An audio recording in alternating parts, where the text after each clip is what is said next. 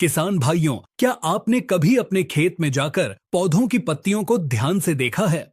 क्या आपको अपनी टमाटर, लौकी या आलू की पत्तियों के ऊपर सफेद रंग की ऐसी टेढ़ी मेढ़ी लकीरें दिखाई देती हैं जैसे किसी ने पत्ते के अंदर कोई नक्शा बना दिया हो या कोई भूल भुलैया बना दी हो? शुरुआत में किसान इसे कोई मामूली सी फंगस या बीमारी समझकर नजरअंदाज कर देता है। वह सोचता है कि पत्ते पर सिर्फ एक सफेद लाइन ही तो है, इससे क्या नुकसान होगा। लेकिन किसान भाइयों, जब तक आपको यह समझ आता है कि यह कोई फंगस नहीं बल्कि एक बहुत ही खूंखार और शातिर कीड़ा है, तब तक आपके खेत की आधी फसल बर्बाद हो चुकी होती है। पत्ते के अंदर सुरंग बनाकर रहने वाले इस अदृश्य और खामोश दुश्मन को विज्ञान की भाषा में लीफ माइनर कहा जाता है। इसे कुछ लोग पत्ती सुरंग कीट या नक्शा बनाने वाला कीड़ा भी कहते हैं, क्योंकि यह पत्ते के ऊपर नहीं बैठता और न ही पत्ते के नीचे बैठता है। यह पत्ते की दो परतों के बिल्कुल बीच में घुसकर रहता है, जहां आपकी कोई भी साधारण दवाई पहुंच ही नहीं पाती। तो आखिर इस सुरक्षित किले में बैठे दुश्मन को कैसे मारा जाए? यह लीफ माइनर खेत में आता कहां से है, यह अंडे कहां देता है और इसकी वह कौन सी सबसे बड़ी कमजोरी है जिस पर वार करके हम इसका 100% सफाया कर सकते हैं? नमस्कार किसान भाइयों, स्वागत है आप सभी का टेक्निकल एग्रीकल्चर चैनल की इस सबसे बड़ी, नई और ऐतिहासिक मास्टर क्लास में। आज के इस वीडियो में हम किसी साधारण विषय पर बात नहीं करेंगे। आज हम लीफ माइनर नाम के इस खतरनाक कीट की पूरी जन्म कुंडली खोलेंगे, इसका A to Z वैज्ञानिक पोस्टमार्टम करेंगे और जानेंगे कि आज के समय की वो कौन सी सबसे आधुनिक और एडवांस दवाइयां हैं जो पत्ते को चीर कर अंदर घुसे हुए इस कीड़े को भी मौत की नींद सुला सकती हैं। यह वीडियो आपकी खेती के ज्ञान को एक बिल्कुल नए स्तर पर ले जाने वाला है, इसलिए बिना एक भी सेकंड छोड़े इसे अंत तक बिल्कुल ध्यान से सुनिएगा, क्योंकि आधी अधूरी जानकारी हमेशा नुकसान कराती है। आइए सबसे पहले इस रहस्य को समझते हैं कि आखिर यह लीफ माइनर बला क्या है और यह हमारे खेत में कैसे प्रवेश करता है। चलिए इसकी जन्म कुंडली और इसके जीवन चक्र को करीब से देखते हैं। जब आप खेत में वह सफेद टेढ़ी मेढ़ी लकीर देखते हैं तो असल में वह कोई कीड़ा नहीं होता, वह उस कीड़े के द्वारा बनाई गई एक खाली सुरंग होती है। लीफ माइनर का जीवन मुख्य रूप से 4 चरणों में पूरा होता है। अंडा, सुंडी जिसे हम लार्वा या मैगट कहते हैं, प्यूपा और वयस्क मक्खी। कहानी शुरू होती है एक बहुत ही छोटी काले और पीले रंग की मक्खी से। यह मक्खी घरेलू मक्खी से बहुत छोटी होती है और इसे नंगी आंखों से खेत में उड़ते हुए देखना काफी मुश्किल होता है। यह मक्खी जब उड़ते हुए आपके स्वस्थ खेत में आती है तो यह पौधे की मुलायम पत्तियों पर बैठती है। इसके शरीर के पीछे एक सुई जैसा अंग होता है। यह मक्खी उस सुई को पत्ते की ऊपरी परत के अंदर चुभाती है और पत्ते के बिल्कुल अंदरूनी हिस्से में अपने बारीक अंडे दे देती है। एक अकेली मादा मक्खी अपने जीवन काल में 200 से लेकर 300 तक अंडे दे सकती है। अब आता है इसका दूसरा और सबसे खतरनाक चरण। लगभग 3 से 5 दिन के अंदर उन अंडों में से एक बहुत ही बारीक, बिना पैरों वाली, पीले या हल्के हरे रंग की सुंडी बाहर निकलती है। इसे हम लार्वा कहते हैं। यही वह असली मुजरिम है जो आपकी फसल को बर्बाद करता है। अंडे से निकलते ही यह लार्वा पत्ते की ऊपरी और निचली परत के बीच मौजूद हरे पदार्थ को खाना शुरू कर देता है। विज्ञान की भाषा में इस हरे पदार्थ को क्लोरोफिल कहते हैं। क्लोरोफिल ही वह चीज है जिससे पौधा सूरज की रोशनी लेकर अपना भोजन बनाता है। यह सुंडी जैसे जैसे क्लोरोफिल को खाती हुई आगे बढ़ती है, इसके पीछे पत्ते के अंदर एक खाली, सफेद और पारदर्शी सुरंग बनती चली जाती है। इसीलिए आपको पत्ते पर वह टेढ़ी मेढ़ी सफेद लाइन दिखाई देती है। यह सुंडी कभी भी पत्ते की बाहरी परत को नहीं काटती, इसीलिए यह बाहर से आने वाली हर साधारण दवाई से सुरक्षित रहती है। लगभग 1 हफ्ते तक पत्ते के अंदर रहकर तबाही मचाने के बाद यह सुंडी अपने तीसरे चरण में पहुंचती है, जिसे प्यूपा कहते हैं। यह पत्ते को काटकर बाहर निकलती है और जमीन पर गिर जाती है। जमीन की मिट्टी के अंदर जाकर यह एक कठोर आवरण बना लेती है और सो जाती है। कुछ दिनों बाद उसी प्यूपा में से एक नई वयस्क मक्खी निकलती है, जो फिर से उड़कर नई पत्तियों पर अंडे देने लगती है। और यह जानलेवा चक्र ऐसे ही चलता रहता है। अब आप सोच रहे होंगे कि यह सिर्फ पत्ते का थोड़ा सा हरा हिस्सा ही तो खाता है, इससे फसल को इतना भारी नुकसान कैसे हो सकता है। किसान भाइयों, इसका नुकसान बहुत ही भयंकर होता है। जब लीफ माइनर पत्ते का पूरा क्लोरोफिल खा जाता है तो पत्ते पर सफेद धब्बे पड़ जाते हैं और पत्ता प्रकाश संश्लेषण यानी अपना भोजन बनाने की ताकत खो देता है। जब पौधे को भोजन नहीं मिलेगा तो उसका विकास पूरी तरह रुक जाएगा। जो फूल आ रहे होंगे वो झड़ जाएंगे और फलों का आकार बिल्कुल छोटा रह जाएगा। इससे भी बड़ा खतरा एक और है। जब लीफ माइनर पत्ते के अंदर सुरंग बनाता है तो वह पत्ते को अंदर से खोखला और कमजोर कर देता है। उन कटी हुई सुरंगों के रास्ते से खेत में मौजूद खतरनाक फंगस और बैक्टीरिया पौधे के अंदर प्रवेश कर जाते हैं।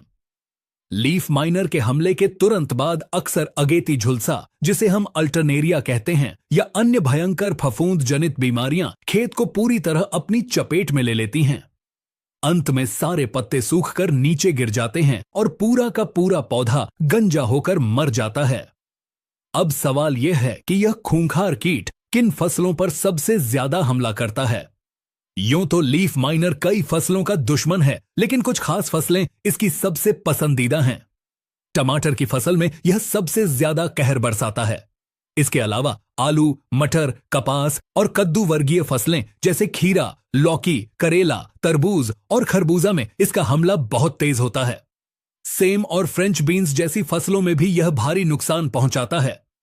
अगर मौसम में थोड़ी गर्मी और उमस है तो यह कीट रातों रात पूरे खेत में फैल सकता है। किसान भाइयों, अब हमने अपने दुश्मन को पूरी तरह से समझ लिया है। उसकी जन्म कुंडली हमारे सामने है।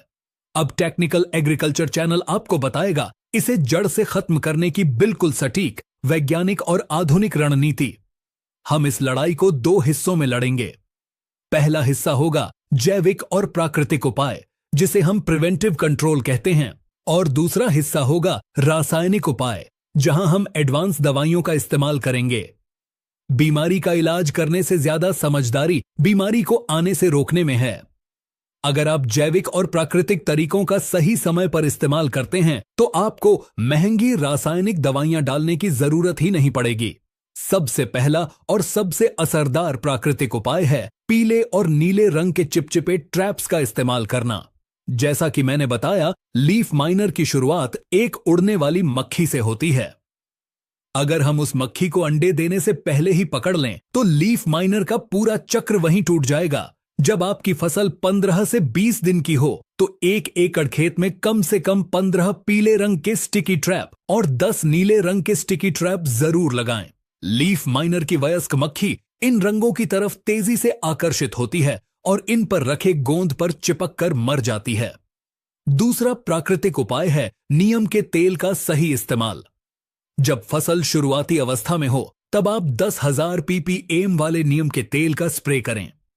1 एकड़ में 300 से 400 मिलीलीटर नीम के तेल को अच्छे शैम्पू या स्टीकर के साथ मिलाकर स्प्रे करें। नीम के तेल की तेज गंध और उसका कड़वापन लीफ माइनर की मक्खी को भ्रमित कर देता है। मक्खी जब उस कड़वे पत्ते पर बैठती है तो वह वहां अंडे नहीं दे पाती और आपका खेत सुरक्षित रहता है। तीसरा और बहुत ही जरूरी काम है खेत की साफ सफाई और संक्रमित पत्तों को नष्ट करना। शुरुआत में लीफ माइनर पूरे खेत में एक साथ नहीं आता। यह खेत के किनारों या कुछ खास पौधों पर शुरू होता है। जब आप खेत का निरीक्षण करें और आपको किसी पत्ते पर लीफ माइनर की सफेद लकीरें दिखाई दें तो तुरंत उस पत्ते को तोड़ लें। ऐसे सभी खराब पत्तों को तोड़कर खेत से दूर ले जाकर या तो जमीन में गाड़ दें या उन्हें जला दें। ऐसा करने से पत्ते के अंदर बैठी सुंडी वहीं खत्म हो जाएगी और वह मक्खी बनकर दोबारा खेत में नहीं फैलेगी। चौथा प्राकृतिक उपाय गर्मी की गहरी जुताई है। जब आपकी फसल कट जाए और खेत खाली हो तो मई या जून के महीने में कल्टीवेटर से खेत की गहरी जुताई करके उसे तेज धूप में खुला छोड़ दें। इससे लीफ माइनर के जो प्यूपा मिट्टी के अंदर सो रहे होते हैं वे तेज धूप और गर्मी से झुलसकर मर जाते हैं और अगली फसल में उनका हमला बहुत कम हो जाता है। लेकिन किसान भाइयों, कई बार मौसम खराब होने के कारण या देरी हो जाने के कारण लीफ माइनर का हमला आर्थिक नुकसान के स्तर को पार कर जाता है। उस समय सिर्फ जैविक काम नहीं आते और हमें रसायनों की तरफ जाना ही पड़ता है। अब आते हैं सबसे अहम हिस्से पर, यानी रासायनिक नियंत्रण। लीफ माइनर को मारने के लिए दवाइयों का चुनाव करना सबसे मुश्किल काम है। हमारे बहुत से किसान भाई क्लोरपायरिफोस, साइपरमेथ्रिन या प्रोफेनोफोस जैसी तेज गंध वाली साधारण कॉन्टैक्ट दवाइयों का स्प्रे कर देते हैं। ये दवाइयां पत्ते के ऊपर गिरती हैं, जबकि हमारा दुश्मन पत्ते की 2 परतों के बीच में सुरक्षित बैठा है। नतीजा यह होता है कि दवाई का कीड़े पर कोई असर नहीं होता, किसान का पैसा बर्बाद हो जाता है और कीड़ा अंदर ही अंदर फसल खाता रहता है। लीफ माइनर को खत्म करने के लिए हमें विशेष रूप से ट्रांसलामिनार या सिस्टमिक एक्शन वाली आधुनिक दवाइयों की जरूरत होती है। ट्रांसलामिनार का मतलब होता है ऐसी दवाई जिसे अगर आप पत्ते के ऊपरी हिस्से पर स्प्रे करें तो वह दवाई पत्ते की सतह को चीरकर पत्ते के बिल्कुल अंदर तक पहुंच जाती है, जहां लीफ माइनर की सुंडी छुपी बैठी है। चलिए मैं आपको लीफ माइनर का 100% सफाया करने वाले दुनिया के 5 सबसे बेहतरीन, अचूक और एडवांस रसायनों के बारे में विस्तार से बताता हूं। पहला और लीफ माइनर का सबसे बड़ा दुश्मन है एबामेक्टिन 1.9% EC। बाजार में यह आपको एग्रीमेक नाम से मिल जाएगी। यह लीफ माइनर के लिए सबसे ज्यादा इस्तेमाल होने वाली और सबसे भरोसेमंद दवाई है। इसमें बहुत ही शानदार ट्रांसलामिनार गुण होता है। स्प्रे करने के कुछ ही घंटों बाद यह पत्ते के अंदर घुस जाती है और अंदर बैठी सुंडी को लकवा मार देती है। सुंडी तुरंत खाना बंद कर देती है और मर जाती है। इसका इस्तेमाल 150 मिलीलीटर प्रति एकड़ के हिसाब से 200 लीटर पानी में मिलाकर करना चाहिए।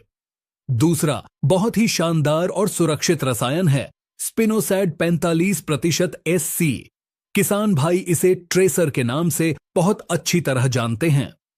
यह एक बहुत ही अनोखी दवाई है जो एक प्राकृतिक बैक्टीरिया से बनाई जाती है, इसलिए यह पर्यावरण के लिए काफी सुरक्षित है, लेकिन कीड़ों के लिए यह साक्षात काल है। यह पत्ते के अंदर जाकर लीफ माइनर के नर्वस सिस्टम को पूरी तरह तबाह कर देती है। थ्रिप्स और इल्लियों पर भी इसका बहुत जबरदस्त कंट्रोल है। 1 एकड़ के लिए 60 से 70 मिलीलीटर स्पिनोसैड की मात्रा बिल्कुल पर्याप्त होती है। तीसरी और आज के समय की सबसे एडवांस और नई जनरेशन की दवाई है साइंट्रानिलिप्रोल 10.26% OD। बाजार में यह FMC कंपनी की बेनेविया के नाम से मिलती है। यह आज के कृषि विज्ञान की सबसे आधुनिक खोजों में से एक है। अगर आपके खेत में लीफ माइनर का भयंकर अटैक है और साथ में रस चूसने वाले सफेद मक्खी और थ्रिप्स भी लगे हैं, तो यह अकेली दवाई पूरे खेत को साफ कर सकती है। यह दवाई कीटों की मांसपेशियों से कैल्शियम बाहर निकाल देती है, जिससे कीड़े तुरंत पैरालाइज हो जाते हैं। टमाटर और मिर्च के किसानों के लिए यह बहुत ही असरदार है। हालांकि यह थोड़ी महंगी जरूर है, लेकिन इसके रिजल्ट सबसे लंबे और बेहतरीन मिलते हैं।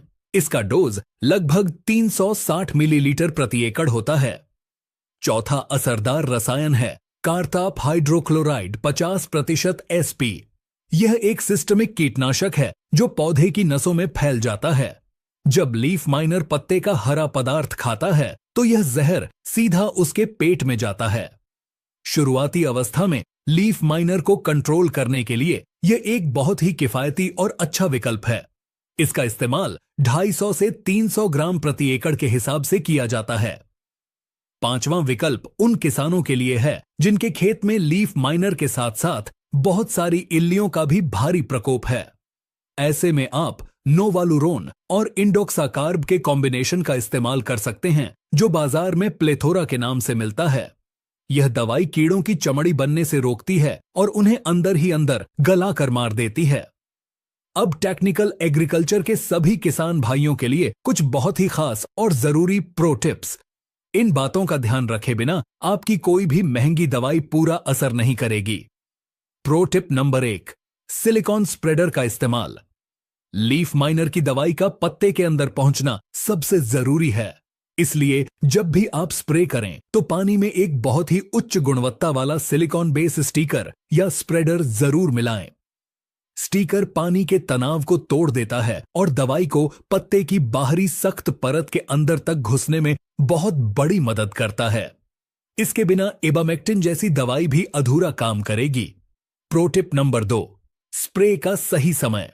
लीफ माइनर की मक्खियां सुबह और शाम के समय सबसे ज्यादा सक्रिय होती हैं और शाम के समय पौधे के स्टोमेटा यानी पत्ते के छोटे छोटे छेद भी पूरी तरह खुले होते हैं। इसलिए ट्रांसलामिनार दवाइयों का स्प्रे हमेशा शाम के समय 3 बजे के बाद ही करें। तेज धूप में दवाई उड़ जाती है और पत्ते के अंदर प्रवेश नहीं कर पाती। प्रो टिप नंबर 3, दवाइयों को बदल बदल कर स्प्रे करना। लीफ माइनर बहुत ही जल्दी दवाइयों के प्रति अपनी सहन शक्ति विकसित कर लेता है, जिसे हम रेजिस्टेंस कहते हैं। अगर आपने पहली बार एबामेक्टिन का स्प्रे किया है तो दूसरी बार भूलकर भी एबामेक्टिन का स्प्रे न करें। दूसरी बार स्पिनोसैड या बेनेविया का इस्तेमाल करें। ग्रुप बदलकर स्प्रे करने से कीड़ा कभी भी ताकतवर नहीं बन पाता। किसान भाइयों, खेती में सिर्फ बीज बोना ही काफी नहीं होता, अपनी फसल को एक छोटे बच्चे की तरह पालना पड़ता है। लीफ माइनर देखने में भले ही एक छोटी सी सफेद लकीर लगे, लेकिन यह एक धीमा और मीठा जहर है जो आपकी पूरी मेहनत को अंदर ही अंदर खोखला कर देता है। अगर आप इस वीडियो में बताई गई बातों को ध्यान में रखेंगे, सही समय पर पीले नीले ट्रैप्स लगाएंगे और जरूरत पड़ने पर बिल्कुल सही ट्रांसलामिनार दवाइयों का इस्तेमाल करेंगे, तो दुनिया की कोई भी ताकत आपकी फसल को खराब नहीं कर सकती और आप एक रिकॉर्ड तोड़ पैदावार ले पाएंगे। हमें पूरी उम्मीद है कि टेक्निकल एग्रीकल्चर चैनल की तरफ से की गई लीफ माइनर के ऊपर यह वैज्ञानिक और A to Z master class आपको बहुत पसंद आई होगी। हमने कोशिश की है कि इस छोटे से कीड़े का कोई भी बड़ा रहस्य आपसे छुप ना पाए। अगर आपको हमारी यह मेहनत और यह सच्ची सटीक जानकारी वैल्यूएबल लगी हो तो इस वीडियो को अभी तुरंत लाइक करें। ज्ञान हमेशा बांटने से बढ़ता है, इसलिए अपने गांव के हर एक किसान, अपने रिश्तेदारों और खेती से जुड़े हर व्हाट्सएप ग्रुप में इस वीडियो को ज्यादा से ज्यादा शेयर करें। हो सकता है आपके एक शेयर से किसी किसान भाई की बर्बाद होती हुई फसल बच जाए। खेती को स्मार्ट, वैज्ञानिक और मुनाफे का सौदा बनाने के लिए आपके अपने YouTube चैनल टेक्निकल एग्रीकल्चर को अभी सब्सक्राइब करना बिल्कुल न भूलें। और हां, पास वाले घंटी के बटन को जरूर दबाएं ताकि हमारी ऐसी ही दमदार और आधुनिक जानकारी वाली नई वीडियो सबसे पहले सीधे आपके मोबाइल पर पहुंच सके। अगर किसी भी दवाई की मात्रा को लेकर, लीफ माइनर के किसी लक्षण को लेकर या अपनी फसल में लगी किसी और बीमारी के बारे में आपका कोई भी सवाल या दुविधा है तो बिल्कुल संकोच न करें। नीचे कमेंट बॉक्स में अपना सवाल विस्तार से लिखें। टेक्निकल एग्रीकल्चर की टीम आपके हर एक सवाल को पढ़ती है और उसका बिल्कुल सटीक और वैज्ञानिक जवाब देने की पूरी कोशिश करती है। मिलते हैं अगले वीडियो में खेती बाड़ी से जुड़ी एक और नई, शानदार और आंखें खोल देने वाली जानकारी के साथ। तब तक के लिए अपनी खेती, अपनी फसल और अपना पूरा ख्याल रखें। आप सभी किसान भाइयों को हमारी तरफ से दिल से नमस्कार। जय हिंद और जय जवान जय किसान।